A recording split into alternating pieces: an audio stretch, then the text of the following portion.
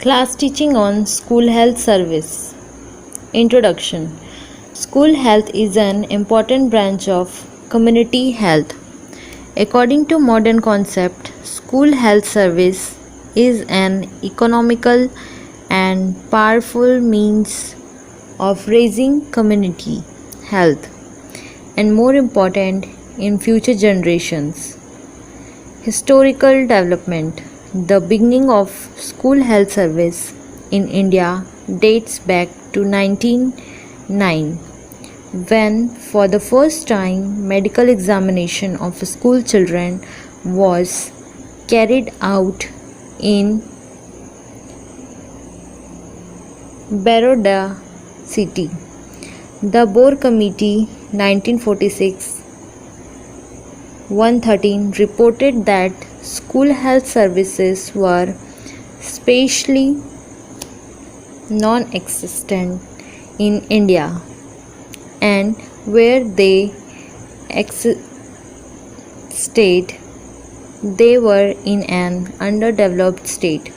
In 1953, the Secondary Education Committee emphasized the need for medical examination of pupils and school feeding program MES.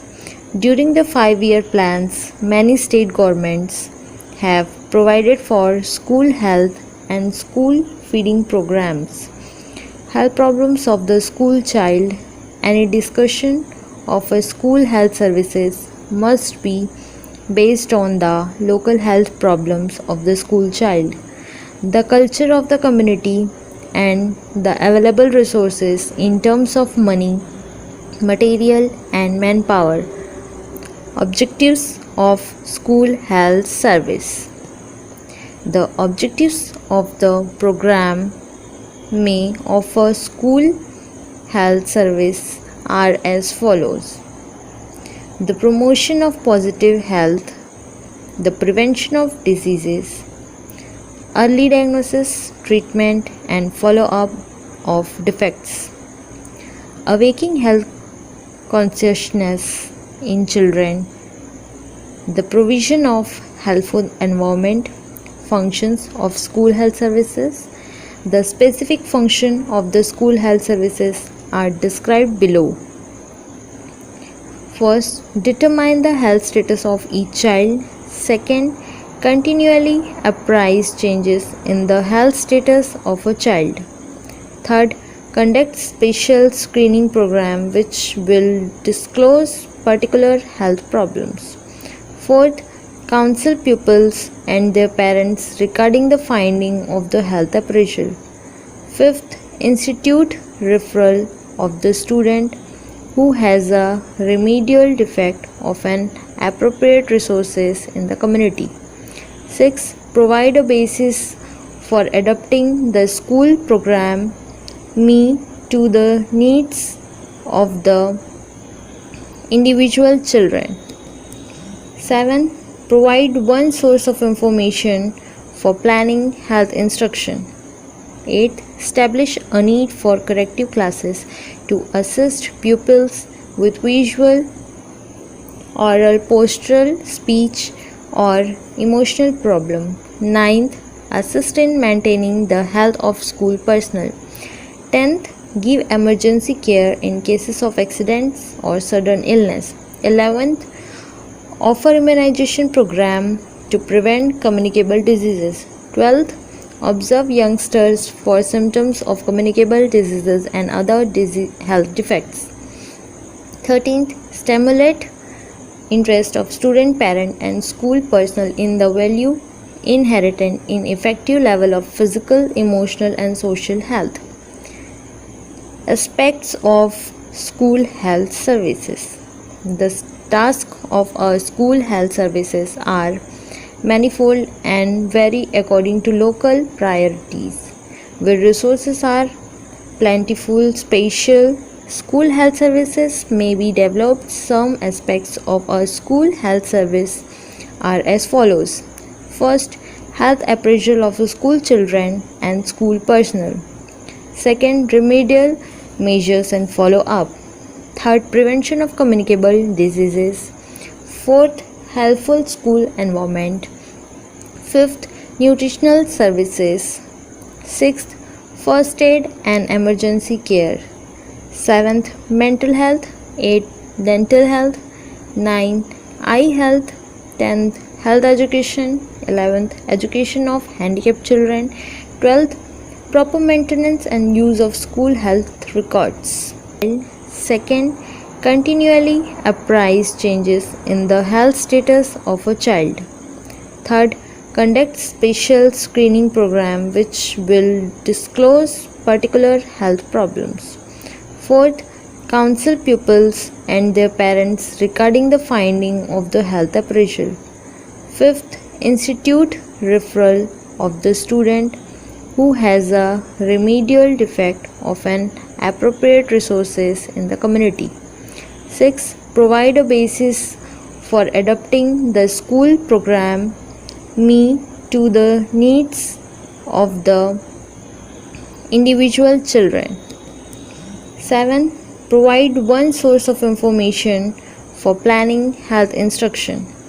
8. Establish a need for corrective classes to assist pupils with visual, oral, postural, speech, or emotional problem. 9th, assist in maintaining the health of school personnel.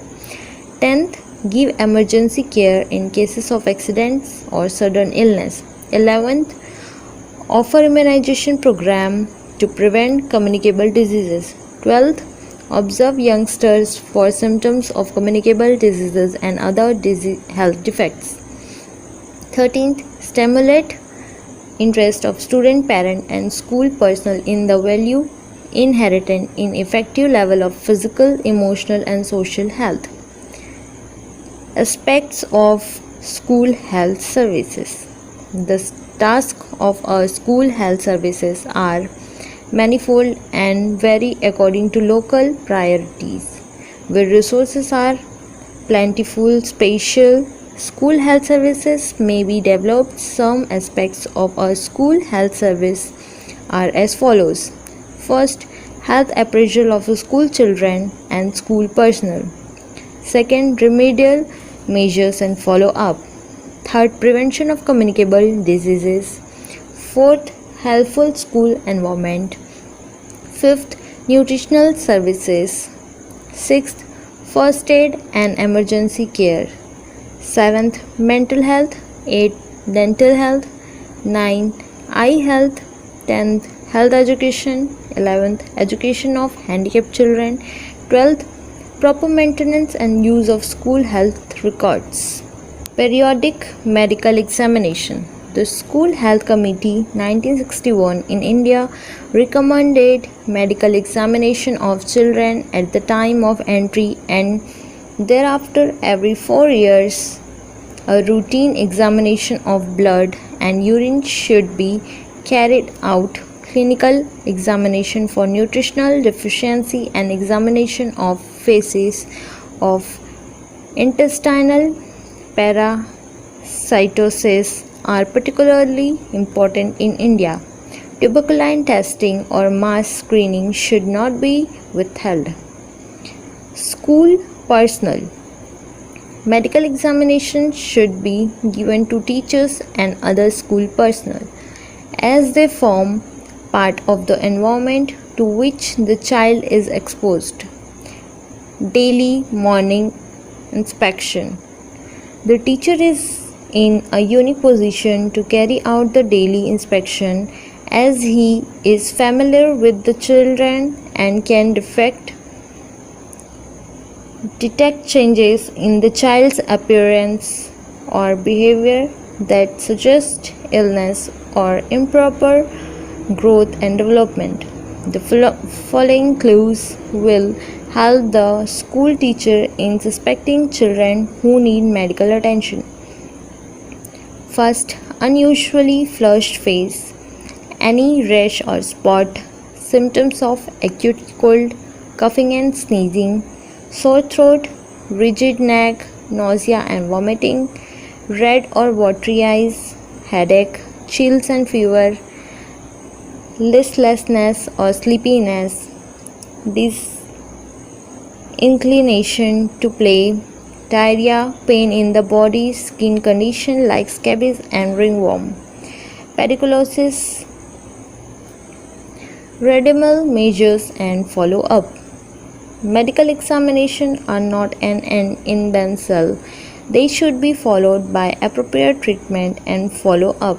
Special clinicals should be conducted exclusively for school children at the primary health centers in the rural areas. Prevention of communicable diseases. Communicable diseases control through immunization is the most emphasized school health services function. A well-planned immunization program should be drawn up against the common communicable diseases. Helpful school environment. The school building site and equipment are part of the environment in which the child grows, and develop a helpful school environment therefore is necessary for the best emotional, social and personal health of pupils.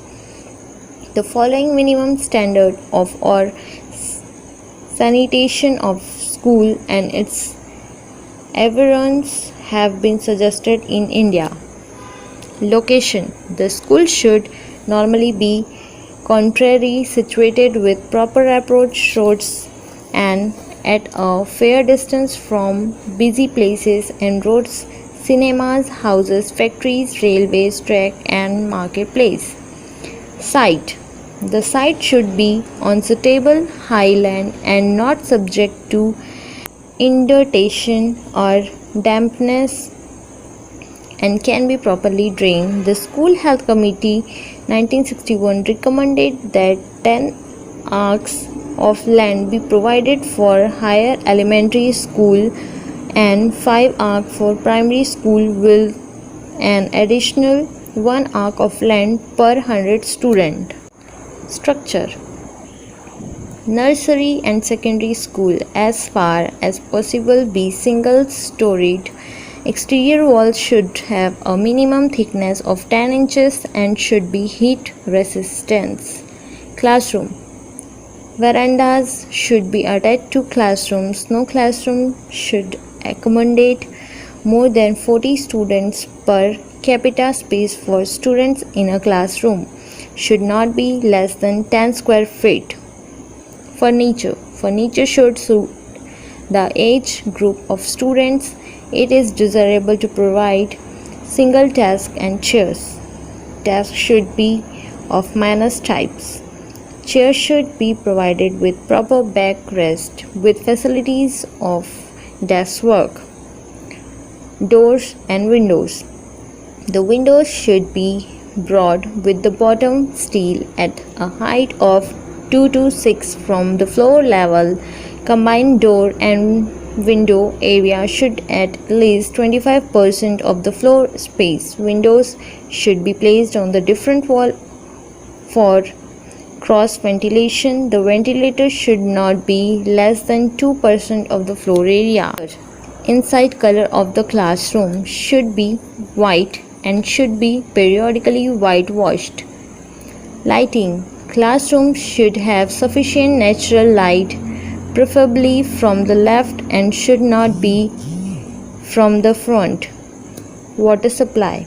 There should be an independent source of safe and potable water supply which should be continuous and distributed from the tap. Eating facility. Vendors other than those approved by the school authorities should not be allowed inside school premises. There should be a separate room provided for midday meals. Lavatory. Pipes and urinals should be provided. One urinal for 60 students and one latrine for 100 students. Arrangement should be separately made boys and girls. Nutritional services. A child who is physically weak will be mentally weak and cannot be expected to take fully advantage of schooling. The diet of the child should therefore receive first attention. The diet should contain all the nutrients in proper portion adequate for the maintenance of the optimum health.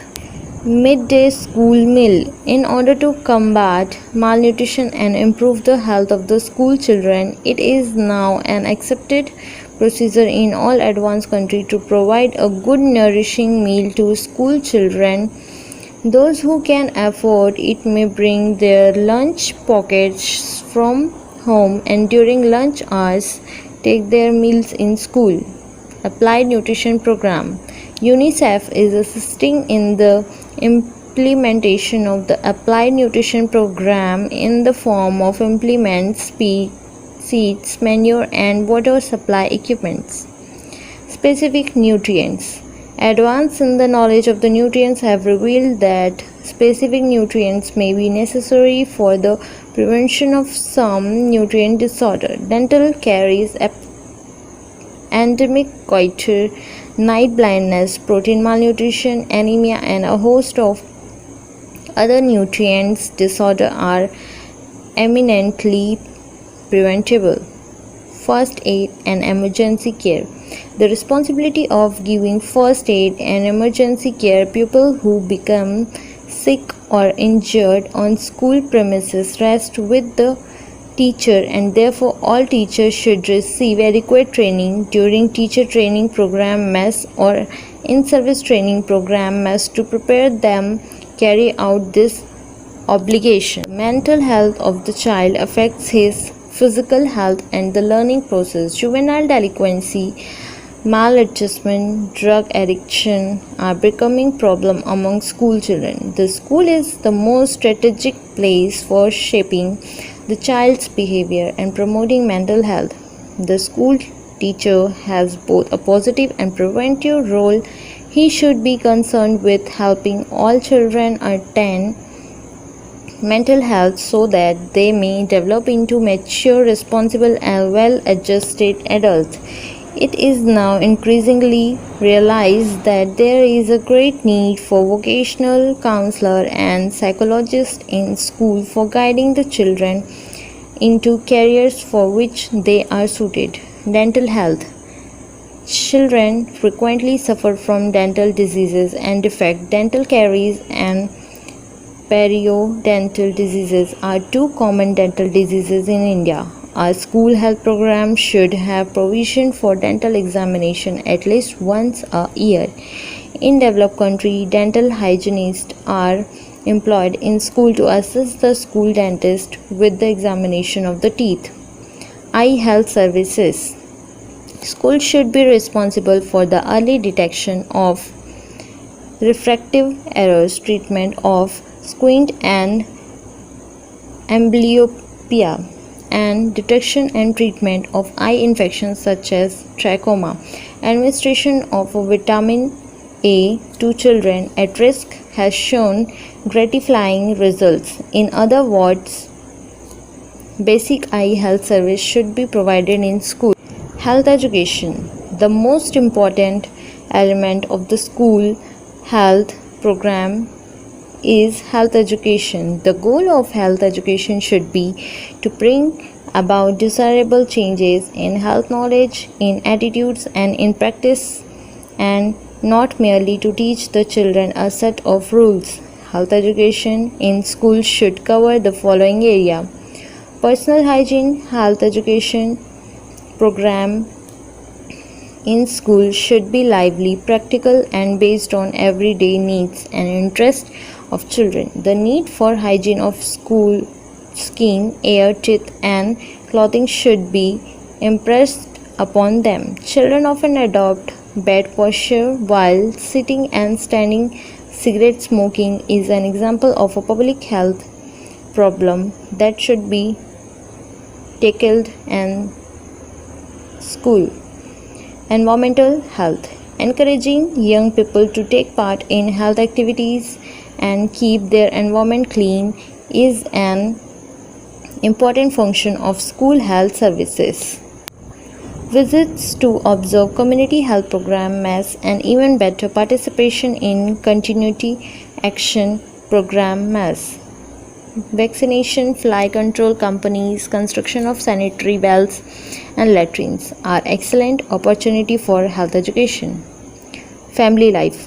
Family life Education is being increasingly recognized as a priority in both developed and developing countries. The school health services is concerned not only with the development of healthy lives but also with healthy attitudes towards human reproduction. In developing countries where ill health is a major problem, every school child is a health worker, a public health problem that should be tackled in school. Environmental health. Encouraging young people to take part in health activities and keep their environment clean is an important function of school health services. Visits to observe community health program MES and even better participation in community action program MES. Education of handicapped children. The ultimate goal is to assist the handicapped child and his family so that the child will be able to reach his maximum potential, lead as normal a life as possible to become a productive and self-supporting member of society. School health records. A cumulative health record of each student should be maintained. Such record should contain identifying data, name, date of birth, parents' name and address, etc. Past health history, record of findings of physical examination and screening test, and record of services provided. School health administration. The health of the school child is the responsibility of the parents, teachers, health administrators, and the community. The success or efficiency of school health services depends largely on effective coordination between the participating agencies. School health services is therefore an important function of primary health centers. Primary health centers. The primary health centers are charged with the responsibility of administrating school health services within the jurisdiction.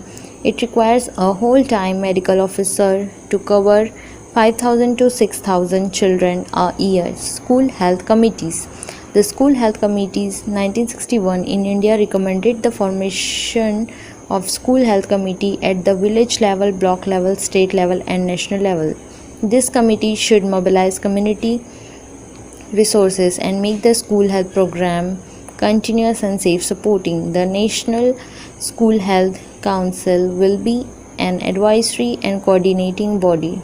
Role of nurse in school health program. A school health nurse assumes a major part of the health program responsibilities and work in collaboration with others in the school and community.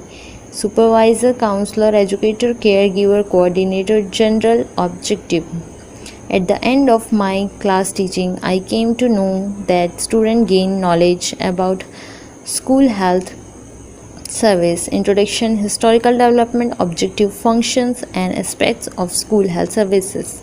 Specific objective: to tell them about the introduction of school health services, explain them about the historical development of school health services, to tell them about the health problems of the school child, to tell them about the objectives of school health services, to tell them about the functions of school health services, to tell them about the aspects of school health services.